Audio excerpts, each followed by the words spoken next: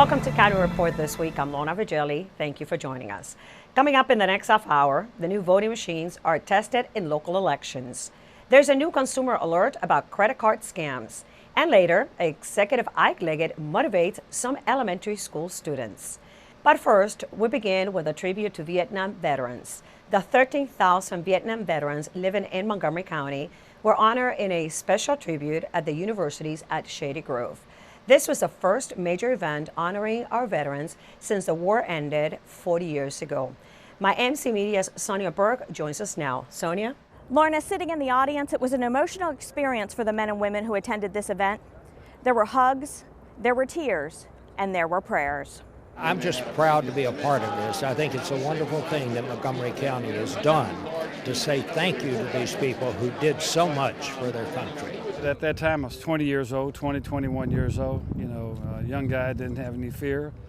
Nowadays, you think twice about what you did and how you did it, but would I do it again? Yes. My brother was killed in Vietnam, and I wanted to be here to honor him. It is estimated that between 130 and 140 Montgomery County residents lost their lives in the Vietnam War. Today, there are believed to be 13,000 veterans from the Vietnam era living in Montgomery County, including County Executive Ike Leggett, who served in the U.S. Army. And the one word that binds these veterans together is sacrifice. I had tears in my eyes watching some of the videos. Those people put up with an awful lot. One of the things that brought me here today is I read that 5 former prisoners of war of this great country are going to be in attendance, and I wanted to be able to approach them and let them know on 2 occasions I ran 2 missions to find prisoners of war. The POWs included retired Air Force Colonel Fred Cherry of Silver Spring, retired Navy Captain Michael Cronin of North Potomac, former Navy civilian employee Larry Stark of Bethesda, retired Air Force Colonel Hubert Walker of North Bethesda, and retired Navy Commander Everett Alvarez Jr. of Potomac. Didn't matter how long it would take, we knew that someday we'd come home. And when we did, we would go home with our honor. A Huey flew in by the Air Force for this salute, triggered even more memories for the Vietnam War veterans. It was a place where many lingered to share their war stories with the pilots and other veterans like the Nam Knights. It was also a place to say thank you. Thank you. Thank you. For County Report This Week, I'm Sonia Burke. If you missed this event, it is being rebroadcast by many of the local PEG TV stations, including County Cable Montgomery. You can also watch this program on demand on the county's website. A county delegation is gearing up to visit El Salvador. 4 years after a sister city agreement was made, Council Member George Leventhal will travel with a group to follow up on agreement promises and to take medical and educational resources. What we started, we want to move next to the next level, i.e. the number of initiatives that we started in housing with the Habitat for Humanity. There are a number of initiatives that we started also in healthcare, helping some of the clinics that we initiated there, plus maintaining the contacts we've already initiated. In 2011, Executive Ike Leggett led a 5-day visit focused on the northeastern department of Morazan, the poorest Salvadoran state with 174,000 people, and where approximately 36% of them live in extreme poverty. The trip's main event was the signing of the agreement, where Leggett and then Governor Miguel Ventura forged cooperation and exchange. About 800 residents showed up to witness the signing, which was the county's first sister city agreement with another country. This time around, it is Council Member George Leventhal who will lead the delegation on the follow-up trip mission from November 7th through the 10th. Mr. Leggett invited me to return. I decided I would only go if I felt we could make a real and substantive difference for the public health and the quality of care, and I'm very gratified to report that we've done just that Our hospitals and healthcare providers have responded with a truckload of materials and equipment and supplies, and the public has responded. We're going to be contributing more than $11,000 to assist the hospital to improve its quality of care. Some of the funds were raised during a recent dinner gala at the Silver Spring Civic Center.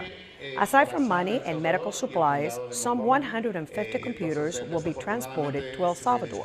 Montgomery County government is, we've got about 150 computers that have turned over but still have a couple of years of life in them, and we're going to take them to schools. It is estimated that Montgomery County is home to approximately 50,000 Salvadorans. Election Day in Rockville has a new look this year as the state of Maryland launches its new electronic voting machines.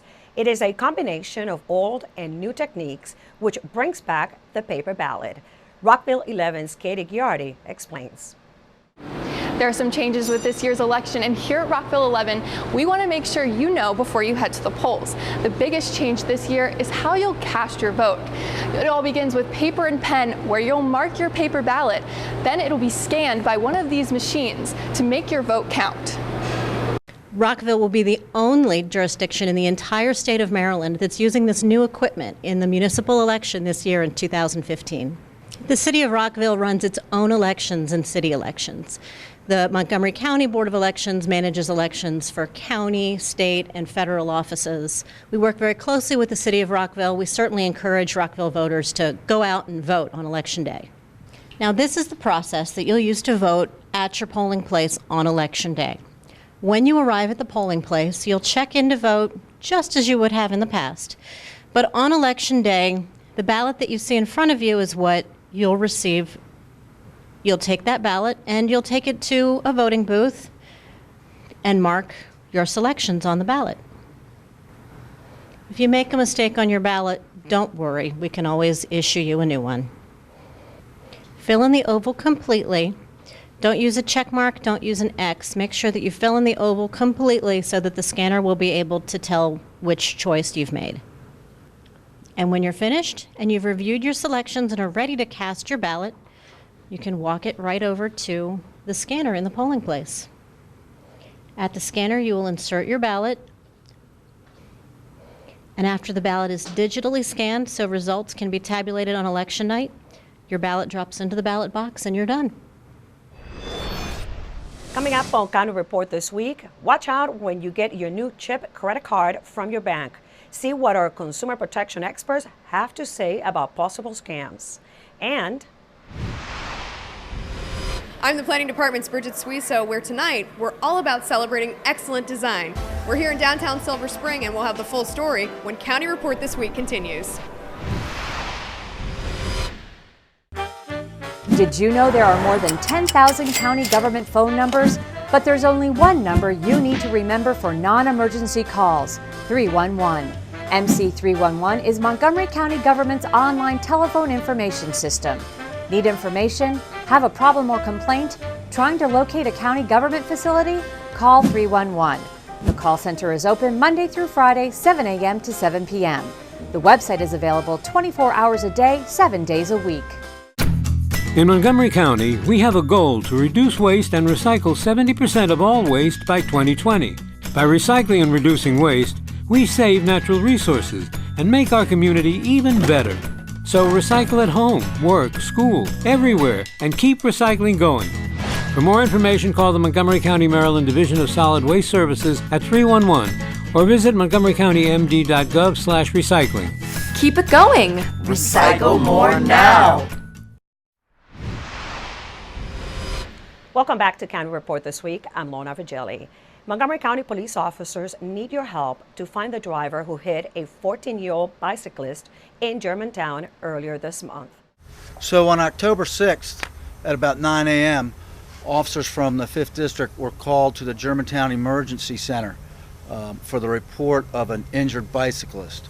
And when officers got there, a 14-year-old student from Seneca Valley High School related that he had been riding his bike to school, had been struck by a vehicle, and then was able to continue to school. Once he got to school, he went to see the nurse. The nurse directed that he go to the GEC after speaking with the school resource officer at Seneca Valley, and he was transported by his father from school to the Germantown Emergency Center, and that's where police began picking this up.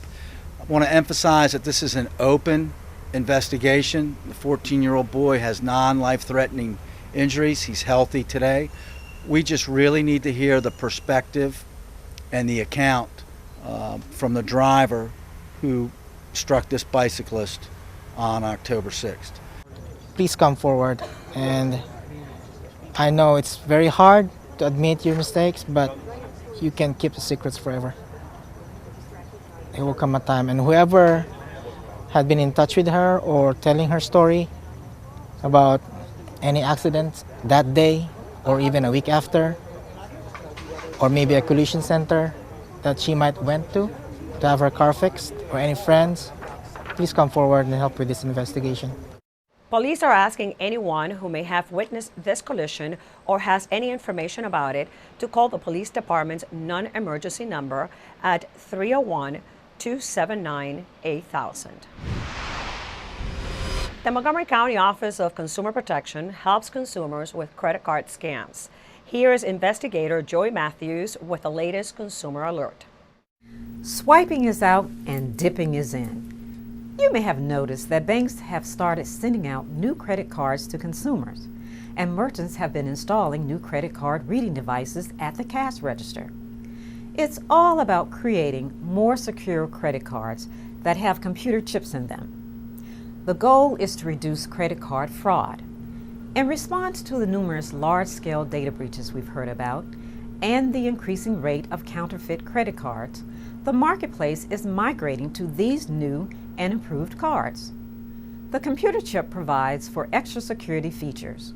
You may hear people referring to these cards by different names: chip card, smart card, or EMV card.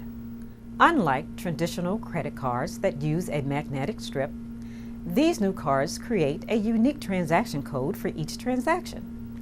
Signing or entering a PIN will still be used as a verification mechanism when using the new chip cards. You may still need to swipe your new card if the merchant does not yet have the chip card reading device. Of course, con artists are quick to find ways to capitalize on any new event.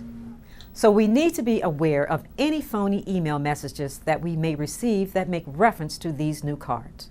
We need to also be suspicious of any message that supposedly is coming from a bank that is asking us for personal information about our old credit cards. This may be a new twist to the old scam called phishing. So all of this is a major effort to stay one step ahead of the crooks. Now it's time to learn to dip our credit card rather than to swipe them to make it more difficult for fraud in our marketplace. Like anything new, questions may come up. For more information, go to the Office of Consumer Protection website.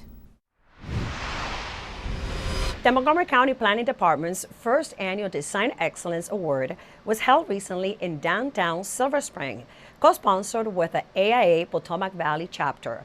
The night drew more than 200 people who were there to celebrate excellent design, including council members and planning board members. Our Bridget Zuizel has a story. Bridget? That's right. Members of the County Council and the Montgomery County Planning Board were on hand tonight to present architects of the best design in the county from the past 10 years. It's all part of the Montgomery County Planning Department's Design Excellence Initiative, which was on Spotlight here tonight. The market wanted it. We in real estate gave it. We're here to recognize excellence in design. It's very important that the built environment be pleasing, that it's something that we enjoy living among. We want to have an urban environment that doesn't overpower you, that makes you feel at home even when you're in a very dense built-up space. Design excellence is important because unless we pay attention to design at the front end, the value that we create over the long term will be diminished, and the quality of the places that are left for the people who have to live there and work there or travel through a place is going to be diminished. This is really a great beginning for us to get the word out about design in Montgomery County. The county is pretty much built out. And we're mostly looking at infill developments, redevelopment of things, and I think we can do better. And this is, as we move forward, as we see change, I'd like to be able to prioritize how we look at design and how we encourage the very best. I think that we need to focus on what our environment looks like around us, what kind of character it has, what are the special things that make it the kind of place that it is, and how do we strengthen those, how do we accentuate those. Design is a big part of placemaking. So if you want Silver Spring to look and feel one way, and you want Bethesda to look and feel one way, and you want Rockville or Gaithersburg to look and feel different ways, well, design helps you achieve those goals. We're a very, very well-educated county. We're very sophisticated in many ways. And really and truly, we deserve to have the best design possible. And this evening is an effort to really sort of raise the bar, to get people to think about great design by recognizing some of the wonderful projects that actually have been built in the county and seeing those as a precedent for the future. Coming up on County Report this week, some high school students take on the wheel to learn about the dangers of distracted driving. And Executive Ike Leggett has some educational fun with elementary school students. Stay tuned, we'll be right back.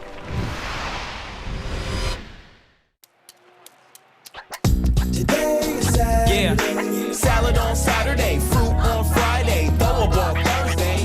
Water Wednesday, touch your toes Tuesday, let's move Monday, swap us next Sunday. 60 minutes of physical activity a day and eating well can help get your child healthy.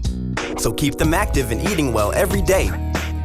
Get ideas, get involved, get going at letsmove.gov. That's letsmove.gov. This message brought to you by FEMA. Home fires occur most often in winter. Keep anything that can catch fire at least 3 feet from heating equipment. And never use an oven to heat your home. Stay in the kitchen when frying, grilling, or broiling food.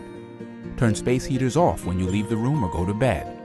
Make sure all vents are clear of snow and ice to allow carbon monoxide to vent outside. Have your furnace, heating system, and chimneys serviced each year by a qualified professional. Learn more at www.usfa.fema.gov.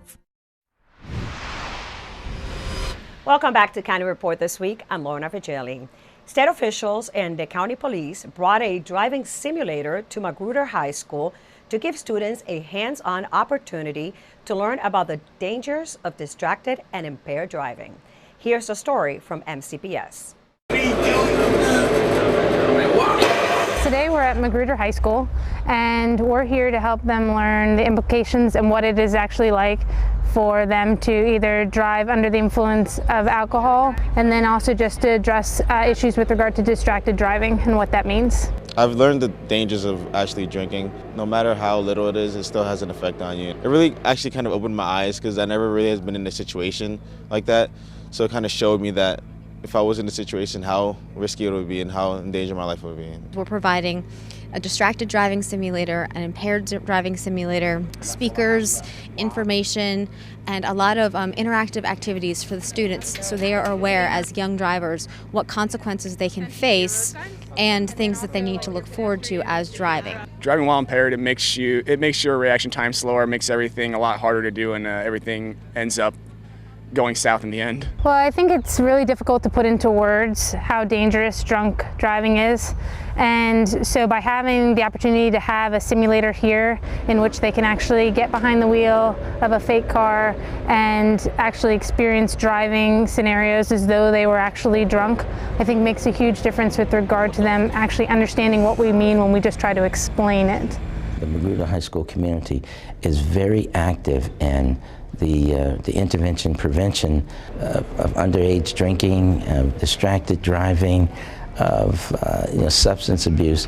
We're very, very much active as a community. From Magruder High School, we go to Wilson Wims Elementary School in Clarksburg, where students had a surprise visitor. Executive Ike Leggett was guest speaker to tell about his job as county executive. Well, the presentation had audience participation when the executive shared with the group 3 tips for success. Think, love yourself, and reach for the stars. We're all going to think, love yourself, and reach for the stars. Okay, give me a round of applause. executive took several questions from the students and he wrapped his visit taking a selfie with the very enthusiastic crowd. The next generation of hacker stoppers and computer network security experts will benefit from a new learning space at Montgomery College. MCTV's Joseph Thompson has the details. This lab is open for business. Government officials and industry leaders joined Montgomery College in celebrating the grand opening of the new cybersecurity lab on the Germantown campus. 3, 2, 1.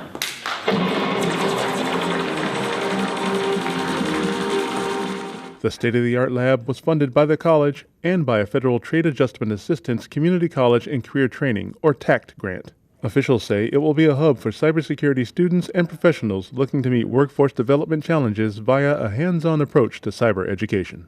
We are creating intentionally learning spaces and training spaces that work together to create an opportunity for our community in the same environment. The classroom and the workspace are growing closer today, every day. Our overall goal as a county is to make sure that people continue to have opportunity, and Montgomery College in this program will continue to answer that call. The lab will not only be used for research activities and academic competitions, but will also provide IT industry workers opportunities for professional growth. Our current students and prospect students, they have great opportunities to be able to be on the cutting edge of what security is. The event included a panel discussion about careers in cybersecurity, featuring public and private sector industry experts. This new lab will enable Montgomery College to become a center of excellence in cybersecurity, which benefits both MC students and the cyber technology industry. This lab is going to allow students to be able to go find the resources that I need, find the opportunities that I need, and have the staff being able to give me that opportunity. Applying what you learn in class, and in this environment is an opportunity to do that, is really tantamount to them being employable. Reporting from Montgomery College's Germantown campus, I'm Joseph Thompson. And now we go to the Montgomery College Tacoma Park campus, where Executive Ike Leggett spoke in front of a packed auditorium about connecting youth to opportunity. This was part of the unveiling of a study that revealed that stronger social and academic supports are needed to connect African American youth to education and the workforce. That we have youth that are enthusiastic, bright, intelligent, and they are disconnected.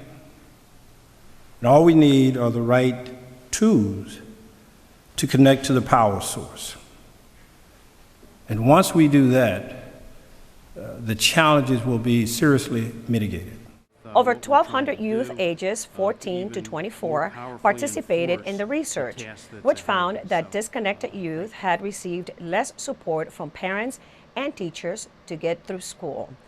The report should serve as a starting point for the county to work toward creating a community-wide effort to support disconnected youth. An Executive Leggett was also at hand during the graduation of the Small Business Administration Emerging Leaders Program at the Silver Springs Civic Center. A group of small business owners from the region went through the SBA's initiative that helps businesses achieve growth to the next level.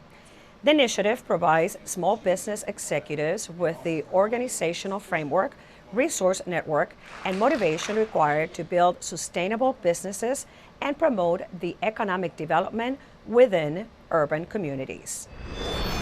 Coming up on County Report this week, older residents are calling Montgomery County home, and we'll tell you what officials are doing to protect the senior population. And the Air Park turns 55. Don't go away. County Report this week is coming right back.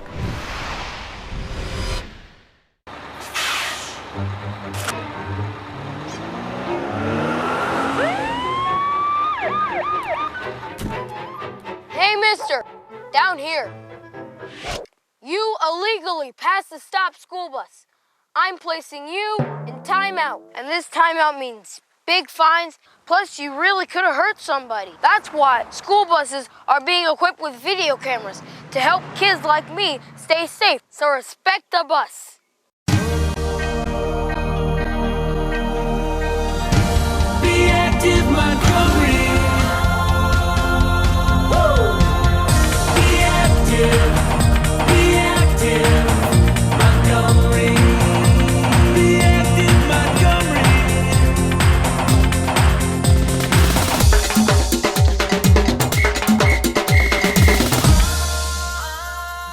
Active Montgomery.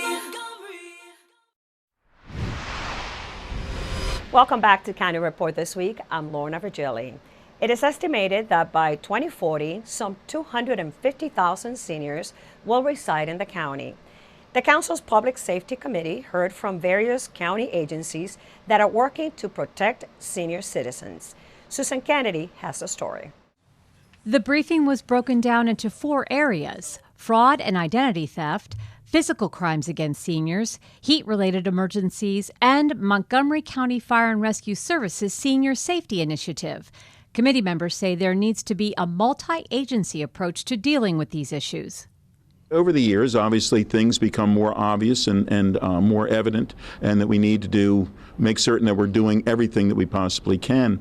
Fire and rescue, the idea that when they go to visit someone in their home, that they will go with someone from Meals on Wheels, which I did not realize that they did that until yesterday, and that's a great idea. I wasn't aware that they go out to the homes of seniors and do a full free assessment of someone's home. They look at their burners, they look at their stove, they look at the gas lines, they replace your smoke detector with a contemporary smoke detector with a 10-year battery, and they do a full house or apartment assessment. So I'm actually invited them to a civic association I'm speaking to tonight. I'm going to continue to do that because when I'm out speaking to different neighborhood associations, most of the people in the audience are either seniors or the caregivers for other seniors. Officials told committee members that although seniors are victims of fraud and identity theft, they are no more vulnerable to it than other groups. Committee members say they want the county to do a better job of getting the word out about some of the services available to seniors, many of which come at no cost. So the county provides for free inspections of buildings, including apartment buildings, based on safety concerns. So it could be lighting, it could be vegetative growth in the wrong places, it could be any number of things that would make a building less safe. And they offer this for free. And if a resident requests that the county come out and look at this, the county can't do it unless the property owner agrees to it, the owner of the apartment building. And we want to change that because there have been apartment building owners that have not been willing to allow this. For more information on senior safety, visit montgomerycountymd.gov/senior/safety. In Rockville, I'm Susan Kennedy for County Report This Week. The Montgomery County Airpark celebrated its 55th anniversary with an open house. Take a look. My father and grandfather, Bill and Jim Richardson and Dick Kreuzberg, built and developed this airport back in they started in 1959, and the airport actually opened on October 20th, 1960. So they ran it until the late 70s, and then we leased all the businesses out, and all those expired the end of 2010, and I decided to take the FBO over, so here we are, and the Revenue Authority is the owner of the airport. So there's about 150 planes based here, and we do about 50,000 operations a year. An operation is a takeoff or landing. Mostly it is people coming in for business, and there's a variety of different reasons why people fly in and out of Gaithersburg. On a regular basis, people can come in. We have a full-service restaurant at the airport. There's a little outdoor deck, so it's very popular for families to come in with the kids and let the kids watch the planes take off and land.